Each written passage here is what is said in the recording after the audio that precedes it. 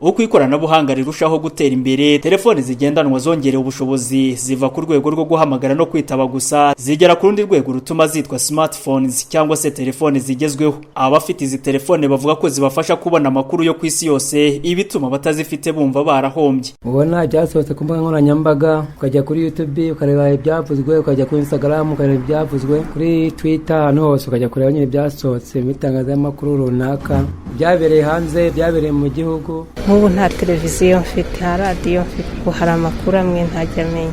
Abafite smartphone ikintu babandusha ayo makuru ni ukuvuga ngo nyamenya nyabakuyeho. Smart ni nziza, bya kibazo nuko ari ubukene ubundi nakayitunze. Mu rwego rwo gufasha abaturage badafite ubushobozi bwo kwigurira izi telefone zigezweho, muri 2019 leta y'u Rwanda n'abafatanyabikorwa bayo batangije ubukangurambaga bwiswe Connect Rwanda, aho abantu ku giti cyabo ndetse n'ibigo runaka biyemeza guha smartphones abatazifite. Kuri uyu wa gatanu tariki 17 Nzeri, kampani y'itumanaho ya Mango 4G nayo yamuritse telefone y'amatushi ikora nka smartphones, aho izajya itangirwa ubuntu. Gusa uyihawe akishyura amafaranga y'u Rwanda 36,000 y'ikiguzi cya Intenet ya 4G azakoresha mu gihe cy'umwaka. Niyo mugabo Eric uhagarariye kampani ya Mango 4G akavuga ko nabi yari gahunda yo kunganira Connect Rwanda. Urebye niwo murongo natwe twagiyemo wo kuba kwa designinga telefone ikora nka smartphone ariko y'amatushe kandi ishobora kuba iri affordable. Muri urwo rwego rero twabashije ku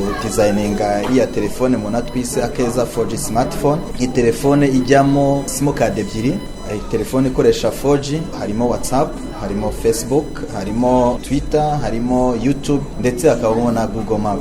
Ni nko kuvuga ngo ishyura 36,000 bya internet y'umwaka wose uhabwe telefone y'ubuntu.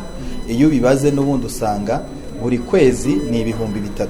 Rero ngo ya mafaranga umukiriya yishyuye turayafata tukayamusubiza kuri SIM card ya Mango 4G. Niyo mpamvu tuvuga ko telefone ayifatira ubuntu. Internet umuntu ahabwa muri iyi telefone kandi akaba ashobora kuyisangiza abandi cyangwa se ibindi bikoresho by'itumanaho akoresha, ibizwi mu ndimi z'amahanga nka tethering. Ubu buyobozi bwa Mango 4G buvuga ko izi telefone zizashyirwaho bakorera hose mu gihugu, kuri ubu hagera kuri 34.